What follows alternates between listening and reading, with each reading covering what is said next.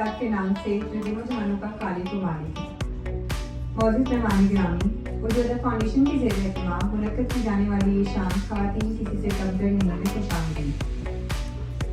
Programme का बाकायदा आगाज़ करने के लिए मैं दावत कराम बात देना चाहूँगी हुमा कबल साहिबा को, वो यहाँ आए और तिलावत करें। हुमा कबल।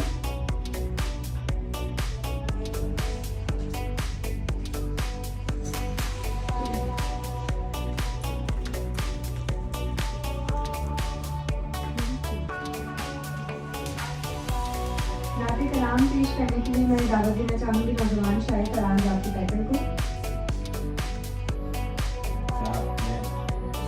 फिक्र की आफाकियत हमको मिली है नात में, यूं इजाफा कर दिया सरकार ने दर्जात में, यूं इजाफा कर दिया सरकार ने दर्जात में, खून का